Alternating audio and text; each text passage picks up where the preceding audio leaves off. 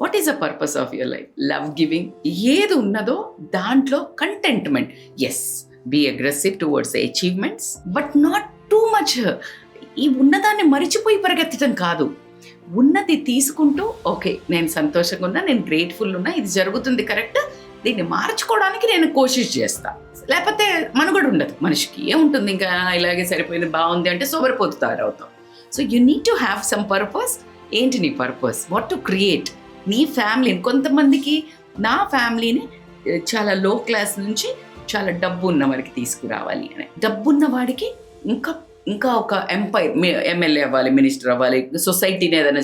కొంతమందికి ఆర్ఫనేజెస్ పెట్టాలని, కొంతమంది, ఎవ్రీబడి హ్యాస్ వన్ థాట్. అలా థింక్ చెయ్యి. So you need to understand what హ్యాపీనెస్కి. మీరు కనుక నన్ను టిప్ అడిగితే gratitude, affirmations every single day. గనక మీరు మీకేముంది, శ్వాస తీసుకోవడం అనేది కూడా అదృష్టమే. ఇదే రోజు. ఇప్పుడు మీరు ఎవ్రీ మార్నింగ్ లేచి ఏ యశోదాకో ఏ హాస్పిటల్కో వెళ్తే వెంటిలేటర్కి 50,000 ఛార్జ్ చేస్తారు.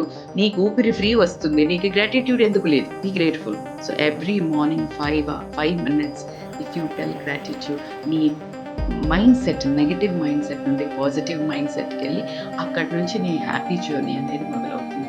So being happy. కష్టాలు అనేది కామన్, ప్రాబ్లమ్స్. సంతోషం అనేది నీ యొక్క డెసిషన్.